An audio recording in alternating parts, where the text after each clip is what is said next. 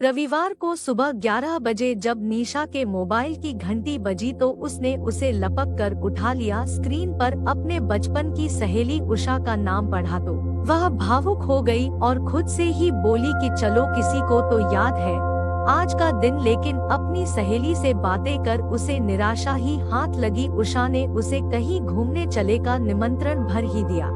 उसे भी शायद आज के दिन की विशेषता याद नहीं थी। मैं घंटे भर में तेरे पास पहुंच जाऊंगी, यह कहकर निशा ने फोन काट दिया। सब अपनी अपनी जिंदगियों में मस्त है, अब न मेरी किसी को फिक्र है और न जरूरत। क्या आगे सारी जिंदगी मुझे इसी तरह की उपेक्षा व अपमान का सामना करना पड़ेगा? यह सोच उसकी आंखों में आंसू भर आए।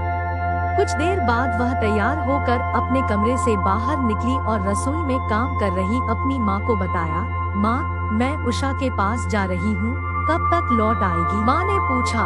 जब दिल करेगा, ऐसा रूखा सा जवाब देकर उसने अपनी नाराजगी प्रकट की। ठीक है।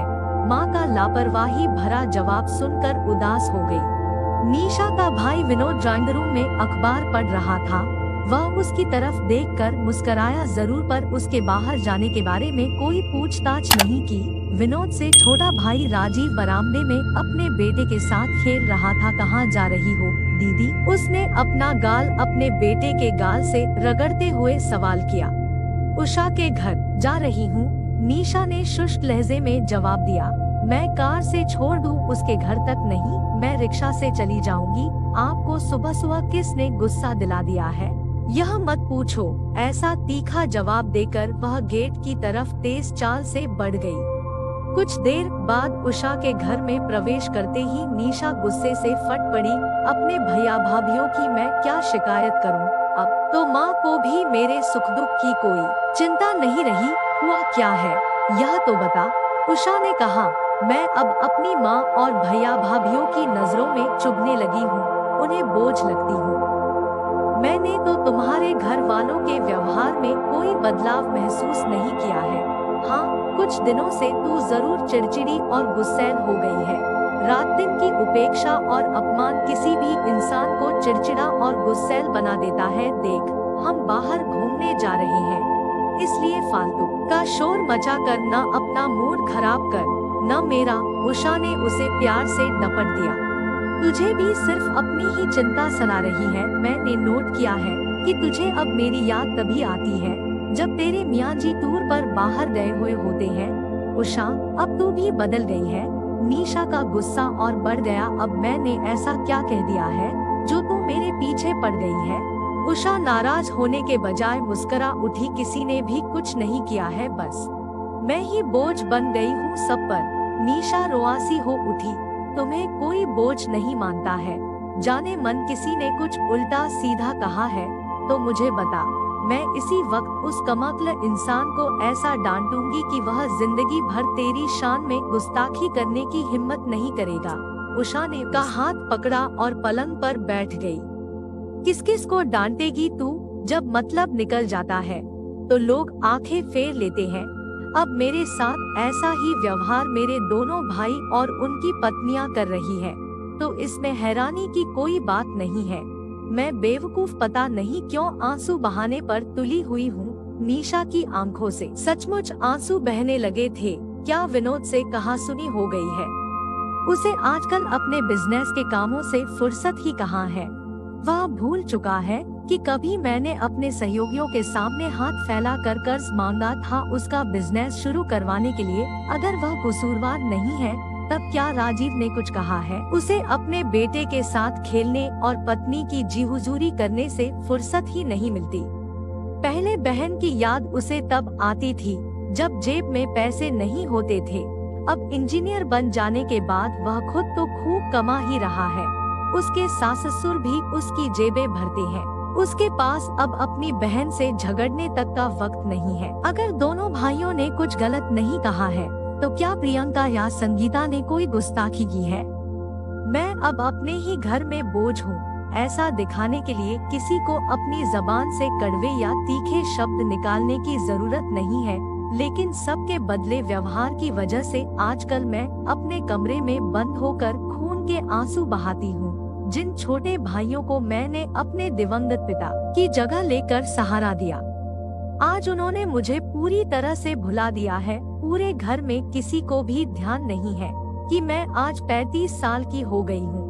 तू भी तो मेरा जन्मदिन भूल गई, अपने दोनों भाइयों का जीवन संवारते और उनकी घर गृहस्थी बसाते बसाते मैं कितनी अकेली रह गई हूँ। उषा ने उसे गले से लगाया और बड़े अपनेपन से बोली, इंसान से कभी कभी ऐसी भूल हो जाती है कि वह अपने किसी बहुत खास का जन्मदिन याद नहीं रख पाता। मैं तुम्हें शुभकामनाएं देती हूँ। उसके गले से लगे लगे सीमा सुबकती हुई बोली, मेरा घर नहीं बसा, मैं इस बात की शिकायत नहीं कर रही हूँ उषा। मैं शादी कर लेती तो मेरे दोनों छोटे भाई कभी अच्छी तरह से अपने पैरों पर खड़े नहीं हो पाते। शादी न होने का मुझे कोई दुख नहीं है। अपने दोनों छोटे भाइयों के परिवार का हिस्सा बनकर मैं खुशी खुशी जिंदगी गुजार लूंगी। मैं तो ऐसा ही सोचती थी, लेकिन आजकल मैं खुद को बिल्कुल अलग थलग व अकेला महसूस करती हूँ। कैसे काटूंगी मैं इस घर में अपनी बाकी जिंदगी?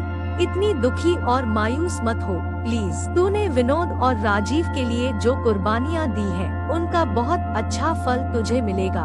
तू देखना, मैं इन सब के साथ घुल मिल कर जीना। बस अब अगर और ज्यादा आंसू बहाएगी तो घर से बाहर निकलने पर तेरी लाल सूजी आंखें तुझे तमाशा बना देंगी। तू उठकर मुंह धो ले, फिर हम घूमने चलते हैं। उषा ने उसे हाथ पकड़कर जबरदस्ती खड़ा कर दिया। मैं घर वापस जाती हूँ, कहीं घूमने जाने का अब मेरा बिल्कुल मन नहीं है। बेकार की बात मत कर। उषा उसे खींचते हुए गुसलखाने के अंदर धकेल आई। जब वह 10 मिनट बाद बाहर आई तो उषा ने उसके एक हाथ में एक नई काली साड़ी, मैचिंग ब्लाउज वगैरह पकड़ा दिया। हैप्पी बर्थडे, ये तेरा गिफ्ट है जो मैं कुछ दिन पहले खरीद लाई थी। उषा की आंखों में शरारत भरी चमक साफ नजर आ रही थी। अगर तुझे मेरा गिफ्ट खरीदना याद रहा तो मुझे जन्मदिन की मुबारकबाद देना कैसे भूल गई? निशा की आंखों में उलझन के भाव उभरे। अरे मैं भूली नहीं थी, बात यह है कि आज हम सब तुझे एक के बाद एक सरप्राइज देने के मूड में हैं। इस हम सब में और कौन कौन शामिल है, उनके नाम सीक्रेट है। अब तू फटाफट तैयार हो जा, ठीक 2 बजे हमें कहीं पहुंचना है। कहाँ? उस जगह का नाम भी सीक्रेट है। निशा ने काफी जोर डाला पर उषा ने उसे इन सीक्रेट्स के बारे में और कुछ भी नहीं बताया। निशा को अच्छी तरह से तैयार करने में उषा ने उसकी पूरी सहायता की। फिर वे दोनों नीता की कार से अप्सरा बैंक्वेट हॉल पहुँचे। हम यहाँ क्यों आए हैं? मुझसे ऐसे सवाल मत पूछ और सरप्राइज का मजा ले। यार, उषा बहुत खुश और उत्तेजित सी नजर आ रही थी। उलझन से भरी निशा ने जब बैंक्वेट हॉल में कदम रखा तो अपने स्वागत में बजी तालियों की तेज आवाज सुनकर वह चौंक पड़ी। पूरा हॉल हैप्पी बर्थडे के शोर से गूंज उठा। मेहमानों की भीड़ में उसके ऑफिस की खास सहेलियां, नजदीकी रिश्तेदार और परिचित शामिल थे। उन सब की नजरों का केंद्र बनकर वह बहुत खुश होने के साथ साथ शर्मा भी उठी। सबसे आगे खड़े दोनों भाई व भाभियों को देखकर निशा की आंखों में आंसू छलक आए। अपनी माँ के गले से लगकर उसके मन ने गहरी शांति महसूस की। ये सब क्या है? इतना खर्चा करने की क्या जरूरत थी? उसकी डांट को सुनकर विनोद और राजीव हंस पड़े।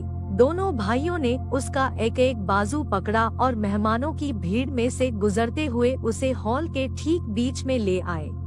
विनोद ने हाथ हवा में उठाकर सबसे खामोश होने की अपील की। जब सब चुप हो गए तो वह ऊंची आवाज में बोला, निशा दीदी सुबह से बहुत खफा है। ये सोच रही थी कि हम इनके जन्मदिन की तारीख भूल गए हैं, लेकिन ऐसा नहीं था। आज हम इन्हें बहुत सारे सरप्राइज देना चाहते हैं। सरप्राइज शब्द सुनकर निशा की नजरों ने एक तरफ खड़ी उषा को ढूंढ निकाला। उसको दूर से घूंसा दिखाते हुए वह हंस पड़ी। अब ये उसे भली भांति समझ में आ गया था कि उषा भी इस पार्टी को सरप्राइज बनाने की साजिश में उसके घर वालों के साथ मिली हुई थी। विनोद रुका तो राजीव ने निशा का हाथ प्यार से पकड़कर बोलना शुरू कर दिया, हमारी दीदी ने पापा की आकस्मिक मौत के बाद उनकी जगह संभाली और हम दोनों भाइयों की जिंदगी संवारने के लिए अपनी खुशियाँ व इच्छाएं त्याग दी। लेकिन हम इनके एहसानों व कुर्बानियों को भूले नहीं हैं। विनोद ने फिर से बोलना शुरू कर दिया। कभी ऐसा वक्त था जब पैसे की तंगी के चलते हमारी आदरणीय दीदी को हमारे सुखद भविष्य की खातिर अपने मन को मार कर जीना पड़ रहा था। आज दीदी के कारण हमारे पास बहुत कुछ है और अपनी आज की सुख समृद्धि को अब हम अपनी दीदी के साथ बांटेंगे। मैंने अपना लालनगर वाला फ्लैट दीदी के नाम कर दिया है। ऊंची आवाज में ये घोषणा करते हुए विनोद ने रजिस्ट्री के कागजों का लिफाफा निशा के हाथ में पकड़ा दिया।